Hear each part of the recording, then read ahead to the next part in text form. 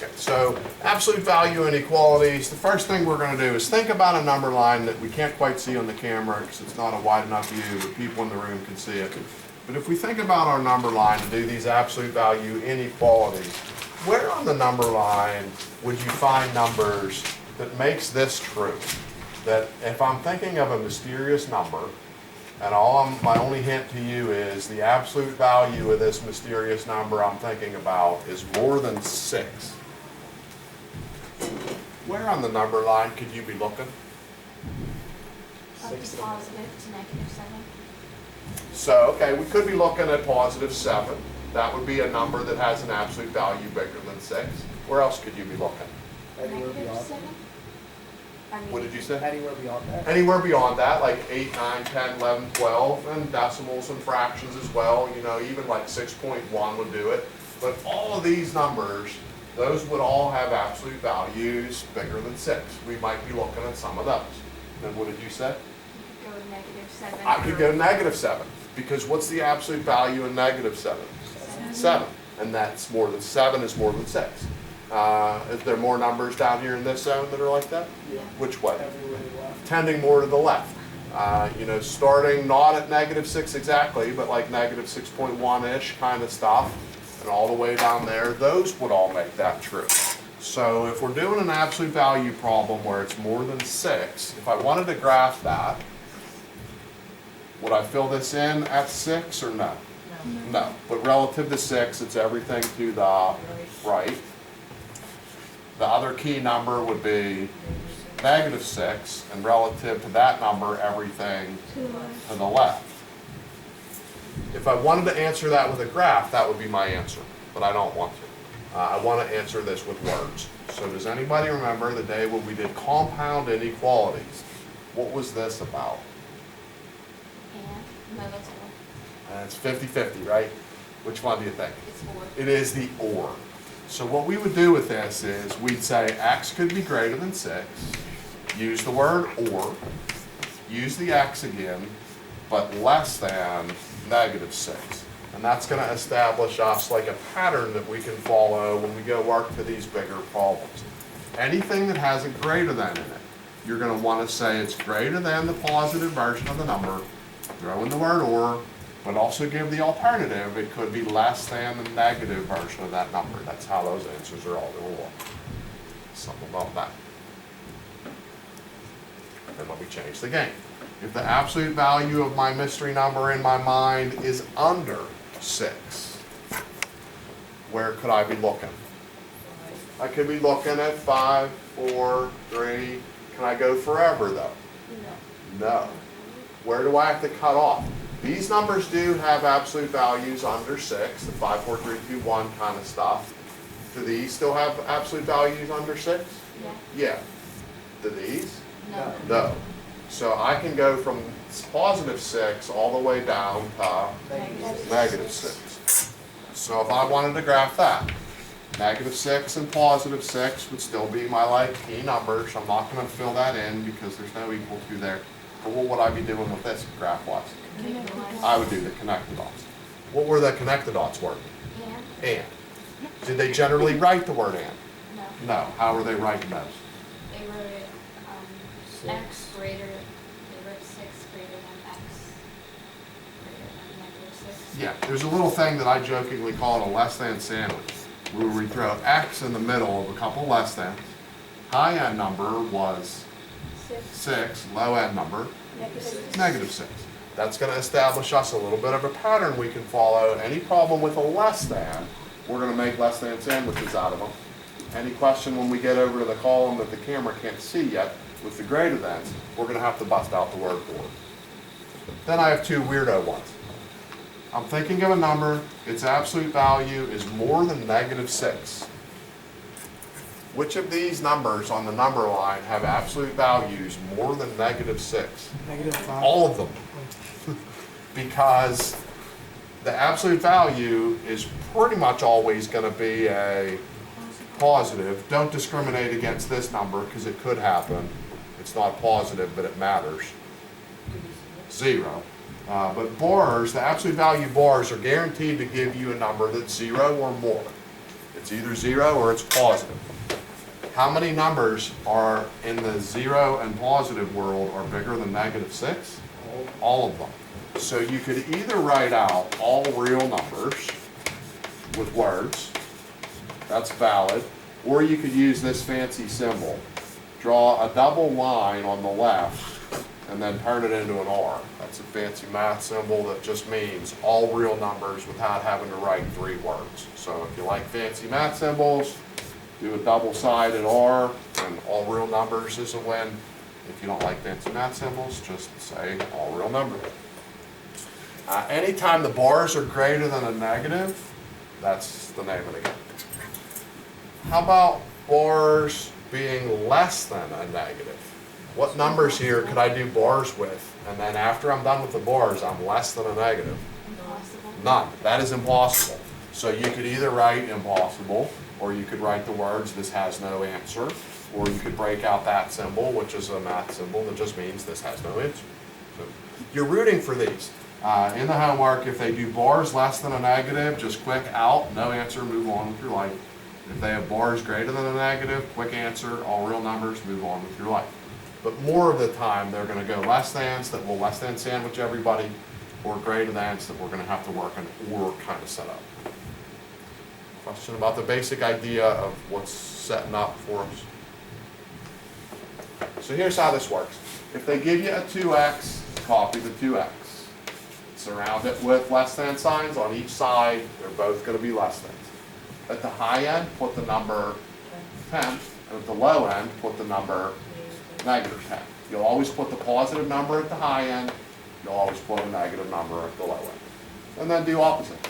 We want the x alone, so your life will have to divide by 2, and we're going to divide 2 everywhere. So at the high end, 5, through the middle, it just eliminates 2, and at the low end, and then we just get out of there, and that's a valid answer. I could write that a longer way with the word and in it, but I don't want it. Something about that. So this. Well, I want to first probably copy x plus 4. Here throw a less than. Here throw a less than sandwich. High end, 10. Low end, and go at it. This time, what's your opposite? Subtract 4 gets you 6 versus correct. Anything about talk to me? This, we want to just keep 3x plus 3x plus 4. Surround it with less thans. High end, 8. Low end, -8. And I didn't leave myself enough space, so we're going to have to do like 2 things at once. First opposite would be to subtract 4 and then divide by 3. So subtract 4, then divide by 3. 4 over 3. Here, subtract 4, be careful of the negativity, and then divide by 3. Agreed. Something there. Okay, this, keep the -2x plus 5. Whoop, bars are gone. Less than sandwich, high end, low end. And I don't think I left myself enough room there either, so we'll just do 2 things at once. What are our opposites? Subtract 5, and afterwards divide by -2, and that matters. We'll come back to that in a second. So subtract 5, 2, divide by -2, -1. Subtract 5, divide by -2, 6. Why did I make a fuss about we were dividing -2? It's going to switch the signs. Because if we kept going this way, the world of math would implode upon itself and cease to exist. Because this would be telling us that -1 is more than 6. And if you enter a world where -1 is more than 6, math no longer works well. We're dividing by a negative. That was going to make us turn those signs. We want to continue to live in a world where 6 is more than -1. That world works a little bit better for us. Something about that column. we'll turn to the right. Why are these different? Whole different world we're in Less now. than. I mean, greater than. We see greater thans instead of less thans. Anytime it's a less than setup, make those less than sandwiches, just like that in your head. Less thans, you just go less than mania. Greater thans, you don't go greater than mania, you have to work in the magic word or. So we're going to go 2x or 2x. So 2x is the same in both of the or worlds. Where were we when we came into that first example and we made that first graph? Our magic number, we wanted everything to the right, so we'd want to be greater than the positive version of it. And then where else did we go? We went way to the left, which meant we were not greater than, we were less than the negative version of itself. So we get a little bit of everything out of this. Less thans were all just less than right. Greater thans, we want to go greater than the big one, but less than the negative one. And then do your opposites. Same opposite, it's the divide by 2 from a minute ago. So greater than 5, don't forget the word or, x, less than, Negative. agreed. Something about that? So to create a math structure here, we'd want to copy x plus 4 twice with the word or.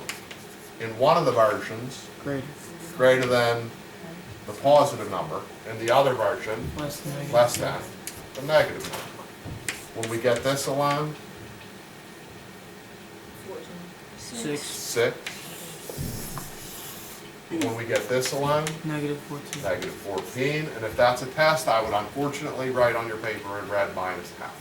Switch the sign. No. We need ors. We need the word or. The word or has to live on. Any problem with a grader has to have the word or survive to your inch. Something about that. So this, what do I want? 3x plus 4. Once or twice? Twice. So 3x plus 4 doubles. Chalk a spade and hard and see if we can squeeze it out. In one version, Greater than 8. greater than 8. The other version, Less than negative 8. less than negative 8. Important detail is the or. And then we already did the math on this a minute ago when we subtracted 4 and divided by 3. It was 4/3. That hasn't changed in the last 5 minutes. And a minute ago over here when we subtracted 4 and divided by 3, that was negative 4. That didn't change in the last 5 minutes. Something about that. As soon as I see this, I'm a little bit on red alert because Can I switch the sign? I'm going to have to switch signs as I progress. But we go negative 2x plus 5, not once but twice. In one world, Less than, or greater than 7. greater than the regular 7. In the other world, Less than negative 7. less than the negative 7. And the magic word, or. So when we get all done, magic word or is still there. But for this, the greater is going to be less. And it's the same number we got a second ago. Is this the 6 or the negative 1? That is the negative 1. And then when we get this alone, it's not less, it's greater. And that's the one that took us to the 6. And then think about it for a second if this makes sense. X greater than 6 is all this stuff on the right. X less than negative 1, that's all the stuff on the left. That's the way we like the ors to work. You want the ors to generally get you high end and low end and leave a middle gap. That's where we are. The key thing on this is just remembering how to set the problem up. So it seems like you get it right now. You need to rehearse that in the homework and pay attention to what you're doing. But for the less thans, make a less than sandwich. For a greater than, go greater than the positive, the word or, and less than a negative. And for some reason, I don't know why, even though this lesson always seems okay-ish to me, when I grade the tests, this is what I'm going to see on like half the papers.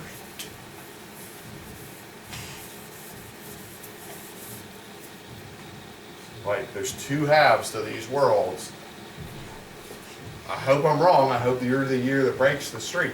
but pretty much every time I do this, I go to grade the test and people give me the positive half of it and solve it, and then the other half they acted like that never existed. And then over here I usually just see this, or once in a while I'll see weird stuff like this, and I'm just like, I don't know what just happened. I don't know where that came from. The less thans, you go crazy with just all less than signs. The graders, you gotta have two halves to this with the word or. That's like the whole point of this lesson. So just try to remember that for about 3 days by the time that the quiz rolls around, like how to set this up. But 212 is where we live on the newest homework. 212 we're working 1 to 24 straight on through. They keep ping-ponging back and forth. So on the board I did a whole bunch of lessons and then I did a whole bunch of graders.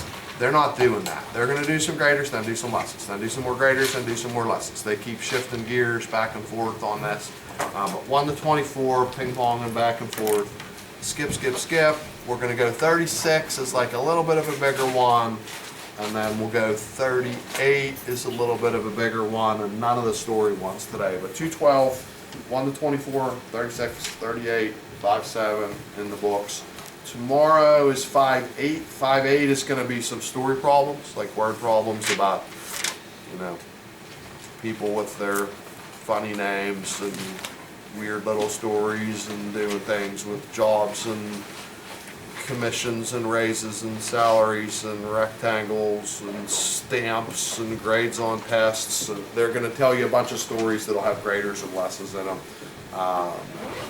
And that'll be the end of the chapter tomorrow. 5-8 is the last lesson we'll present, and then it's just a matter of getting some homework in, doing some review sheets, taking some quizzes, doing some reviews, taking some tests, all that kind of bit.